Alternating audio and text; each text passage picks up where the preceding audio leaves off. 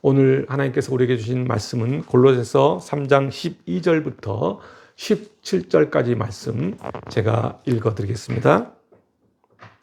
그러므로 너희는 하나님이 택하사 거룩하고 사랑받는 자처럼 긍휼과 자비와 겸손과 온유와 오래 참음을 옷 입고 누가 누구에게 불만이 있거든 서로 용납하여 피차 용서하되 주께서 너희를 용서하신 것 같이 너희도 그리하고 이 모든 것 위에 사랑을 더하라. 이는 온전하게 매는 띠니라. 그리스도의 평강이 너희 마음을 주장하게 하라. 너희는 평강을 위하여 한 몸으로 부르심을 받았나니 너희는 또한 감사하는 자가 되라. 그리스도의 말씀이 너희 속에 풍성히 거하여 모든 지혜로 피차 가르치며 권면하고 시와 찬송과 신령한 노래를 부르며 감사하는 마음으로 하나님을 찬양하고 또 무엇을 하든지 말에나 일에나 다 주 예수의 이름으로 하고 그를 힘입어 하나님 아버지께 감사하라. 아멘.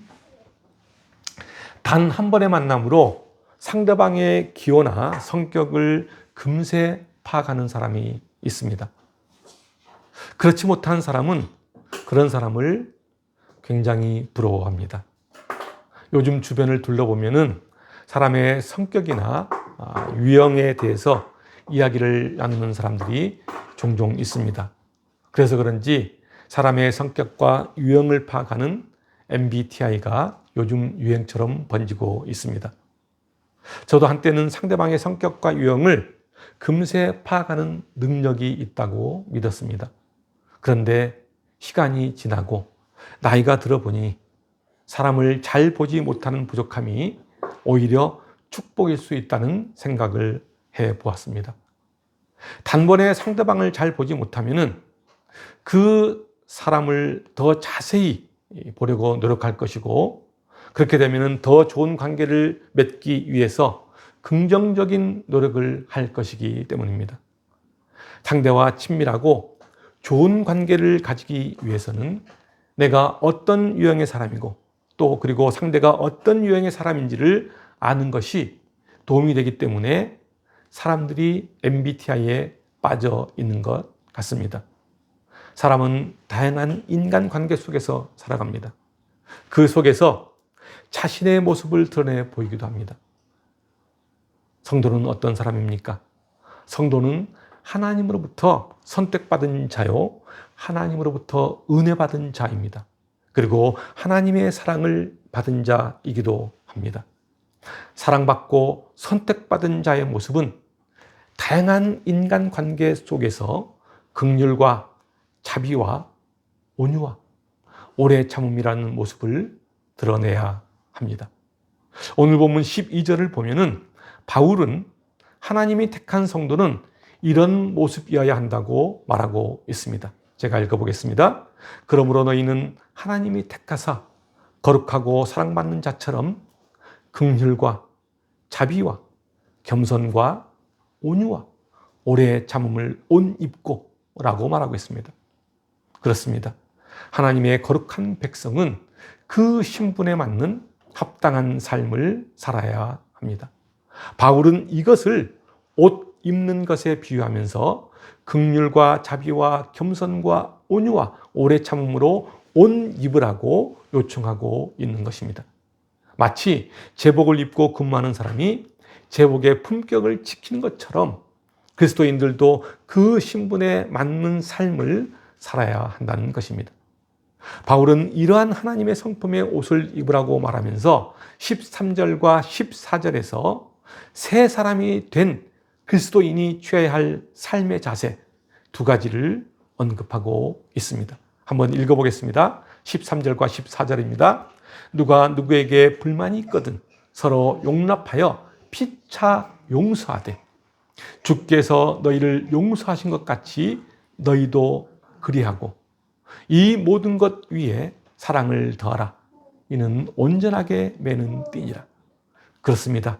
여기서 말하는 그리스도인이 취해야 할 삶의 자세 두 가지는 바로 남을 용서하는 삶, 그리고 그리스도의 사랑을 실천하며 사는 것을 말합니다. 13절에서 말하는 것처럼 그리스도인이 취해야 할 삶의 자세, 그 첫 번째는 바로 남을 용서하는 삶입니다. 사실 자신에게 엄청난 잘못을 하거나 물질적으로 또는 심리적으로 커다란 피해를 준 사람을 용서한다는 것은 어쩌면 가장 어려운 일일 수도 있습니다.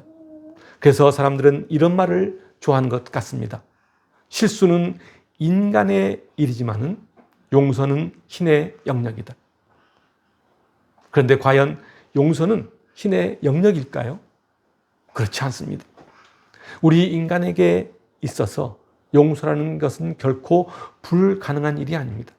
그렇다고 용서가 그리스도인만이 가지고 있는 전유물도 아니라는 것입니다. 보통 사람에게 있어서 용서한다는 것은 쉬운 일이 아니지만은 벅찬 일인 것은 사실입니다.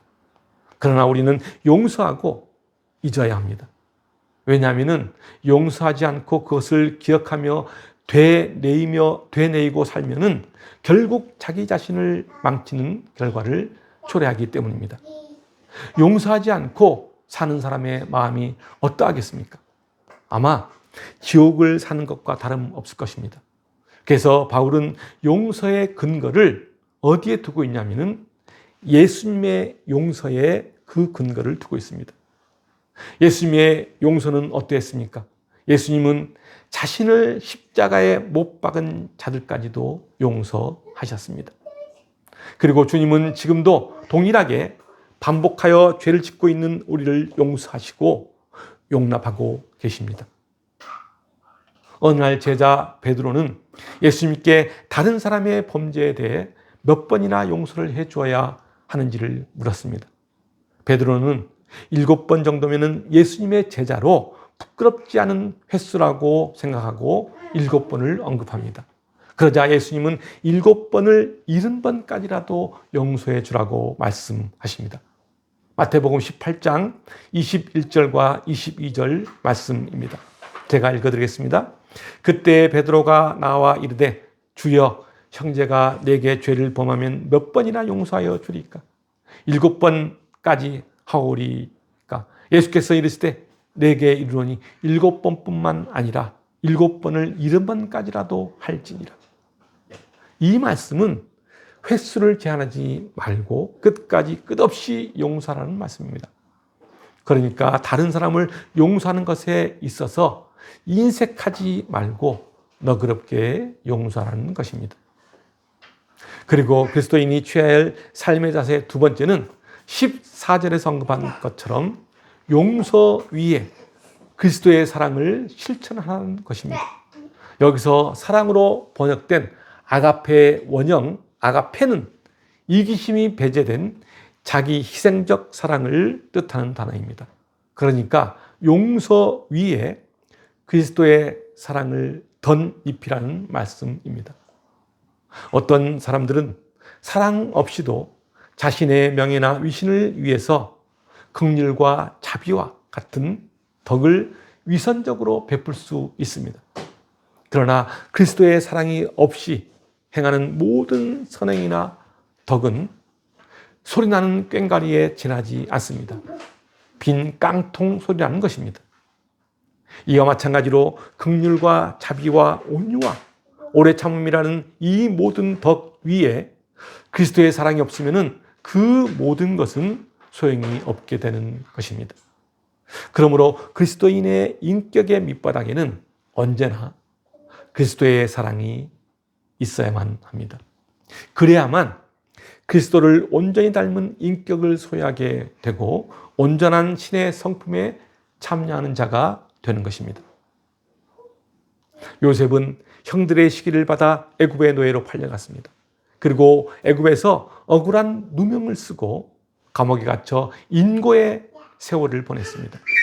그가 다시 형들을 만났을 때는 애굽에서 막강한 권력을 행사할 수 있는 총리였기에 자기가 겪은 고난을 형들에게 되갚아 줄 수도 있었습니다. 그러나 그는 하나님의 은혜를 잊지 않았고 형들을 기꺼이 용서했습니다. 심지어 형들과 그들에게 딸린 가족까지 모두 보호해 주었습니다. 이처럼 하나님께 받은 은혜를 아는 사람은 남을 용서할 수 있고 더 나아가 사랑으로 감싸줄 수 있는 것입니다. 이런 모습이 바로 그리스도의 사랑의 옷을 입은 사람의 모습입니다. 우리는 이웃과 다른 사람을 용서하려고 애쓰기 전에 먼저 하나님의 말씀을 살피며 하나님께서 우리를 어떻게 용서하시고 사랑하셨는지를 깊이 생각해야 합니다. 그리고 그러한 그리스도의 용서와 사랑으로 우리의 삶을 이어나가야 합니다. 그럴 때 우리는 천국의 소망을 얻게 될 것이며 감사와 기쁨이 넘치는 삶을 살 수 있습니다. 다시 오늘 본문 15절을 보면은 그리스도의 평강이 너희 마음을 주장하게 하라고 말하고 있습니다. 평강은 사랑과 밀접하게 공존하는 특성을 가지고 있습니다. 바울은 에베소 4장 2절과 3절에서 이렇게 말하고 있습니다. 모든 겸손과 온유하고 오래 참음으로 사랑 가운데서 서로 용납하고 평안에 매는 줄로 성령이 하나 되게 하신 것을 힘써 지키라고 말하고 있습니다. 평안과 사랑은 공동체를 하나로 결속시키는 겹줄과도 같다는 말입니다. 그래서 오늘 본문 14절에서 사랑을 강조한 바울은 바로 이어서 15절에서 평강을 강조하고 있는 것입니다. 여기서 말하는 그리스도의 평강은 단순히 그리스도를 닮아 평온한 마음을 가지라는 뜻이 아닙니다. 그리스도로부터 오는 평강이 우리를 지배하고 통치하도록 하라는 말입니다. 이것을 다른 말로 하면은 영적 평강이 마음속에 자리 잡도록 하라는 말입니다. 그렇다면은 영적 평강은 어떻게 내 안에 자리 잡을 수 있을까요? 그것은 바로 그리스도의 말씀이 우리 가운데, 우리의 내면에 넘쳐날 때 우리의 마음속에는 그리스도의 평강이 자리 잡게 되는 것입니다. 예수님은 세상을 떠나시면서 제자들에게 이렇게 말씀하셨습니다. 요한복음 14장 27절 말씀입니다. 평안을 너희에게 끼치노니 곧 나의 평안을 너희에게 주노라. 내가 너희에게 주는 것은 세상이 주는 것과 같지 아니하니라. 너희는 마음에 근심하지도 말고 두려워하지도 말라. 그렇습니다. 예수님은 우리에게 세상의 명예와 물질을 주신 것이 아니라 우리에게 당신이 가지셨던 하늘의 평화, 하늘의 평강을 주신 것입니다. 그러나 이것은 당시 그 자리에 있었던 제자들에게만 주신 것이 아니라 그를 믿는 모든 성도들에게 주신 선물이기도 합니다. 이러한 평강을 소유한 자는 마치 예수님께서 폭풍이 몰아치는 바다 위에서 평안히 주무셨던 것 같은 평안을 소유하게 되는 것입니다. 그래서 이러한 평안을 소유한 자는 인생의 모진 비바람과 파도가 몰아쳐도 늘 평안할 수 있는 것입니다. 바울은 이러한 평강이 골로새 교인들의 마음을 주장하게 하라고 말하고 있습니다. 우리 인생은 끊임없이 경쟁하고 그리고 결단하고 그리고 또 결정해야 하는 순간들의 연속입니다. 이러한 순간에 인간적인 눈으로 이롭게 보이는 대로 결정하지 말고 성령이 주시는 평안한 마음으로 그리스도의 평강을 따라 판단하고 결정해야 한다는 사실을 오늘 본문 15절은 우리에게 알려주고 있습니다. 그리고 더 나아가 개인적인 신앙의 차원을 넘어 이 땅에 평화가 넘쳐나도록 너희를 불렀다고 15절에서 말하고 있습니다. 15절 중반부를 보면은 뭐라고 하죠? 평강을 위하여 너희가 한 몸으로 부르심을 받았다고 말하고 있습니다. 이 말의 의미는 무엇일까요? 그것은 바로 하나님이 우리를 부르신 목적을 말하고 있습니다. 하나님이 우리를 부르신 목적이 무엇일까요? 그렇습니다. 하나님이 우리를 부르신 목적은 이 땅에 천국 복음을 증거하기 위함입니다. 천국 복음은 단지 하나님의 말씀만을 말하는 것이 아닙니다. 천국 복음은 거듭난 그리스도인의 삶을 통해 세상 사람들에게 빛과 소금으로 드러나는 것도 포함되는 것입니다. 독일 신학자 로핑크는 교회를 가리켜 대조사회라고 불렀습니다. 이것을 더 쉽게 풀이하면 교회는 세상과 대조되는 삶의 방식을 보여주어야 한다는 것입니다. 교회가 대조사회로서 존재하기 위해서는 교회가 세상 질서나 세상적 삶의 방식과 구별되는 방식을 보여주어야 합니다. 세상이 잘 먹고 잘 사는 것에 관심을 두고 있을 때 교회도 그것을 외치는 것이 아니라 세상과 구별된 존재 방식으로 나가야 합니다. 지금 우리가 살고 있는 사회는 어떻습니까? 여러 가지 면에서 보면은 지옥과 다름없는 사회라고 할 수 있습니다. 지금 우리는 입시지옥, 교통지옥, 취업지옥, 세금지옥과 같은 사회에서 우리는 치열하게 경쟁하며 살아남아야 합니다. 그리고 연일 매스컴을 통해서 들리는 소식은 정치권의 부패, 지도자들의 성추행, 성폭력, 그리고 마약과 아동학대, 강간과 살인폭력 등 절망과 탄식이 저절로 나오는 소식들이 우리를 슬프게 하고 있습니다. 지금 우리가 살고 있는 사회가 바로 성경에 나오는 소돔과 고모라와 같은 사회라고 할 수 있습니다. 소돔과 고모라는 어떠했습니까? 소돔과 고모라는 억압, 학대, 폭력, 왜곡된 성, 우상 숭배, 그리고 교만, 탐욕스러운 소비 등이 만연한 사회였습니다. 그리고 가난하고 어려운 자들에 대한 자비와 돌봄은 전혀 일어나지 않는 사회였습니다. 그곳은 타락한 세상의 전형을 보여준 곳이었습니다. 그로 인해 소돔은 타락한 인간 사회의 전형적인 모델로서 불가피하게 하나님의 심판을 받은 실질적인 예로 사용되었던 것입니다. 그렇다면 소돔과 대조되는 사회는 어떤 사회일까요? 그것은 바로 오순절 사건 후에 형성된 초대교회 공동체입니다. 사도행전 2장 44절부터 47절까지를 보면은 오순절날 성령이 임한 후에 초대교회의 특징을 분명하게 보여주고 있습니다. 한번 읽어보겠습니다. 믿는 사람이 다 함께 있어 모든 물건을 서로 통용하고 또 재산과 소유를 팔아 각 사람의 필요를 따라 나눠주며 날마다 마음을 같이하여 성전에 모이기를 힘쓰고 집에서 떡을 떼며 기쁨과 순전한 마음으로 음식을 먹고 하나님을 찬미하며 또 온 백성에게 칭송을 받으니 주께서 구원받는 사람을 날마다 더하게 하시니라. 그렇습니다. 초대교회는 성령이 충만한 공동체였으며 무엇보다 그 당시 로마 사회와 뚜렷하게 구별되는 특징을 가지고 있었습니다. 그곳에는 계급, 인종, 성별, 재산에 대한 차별이 없었고 사회적 약자인 노예와 여성과 같은 사람도 존중되었습니다. 그리고 서로의 섬김과 나눔을 통해 상호 돌봄으로 하나님의 사랑을 실천하였던 공동체 사회였습니다. 바로 세상과 대조되는 구별된 공동체 사회였던 것입니다.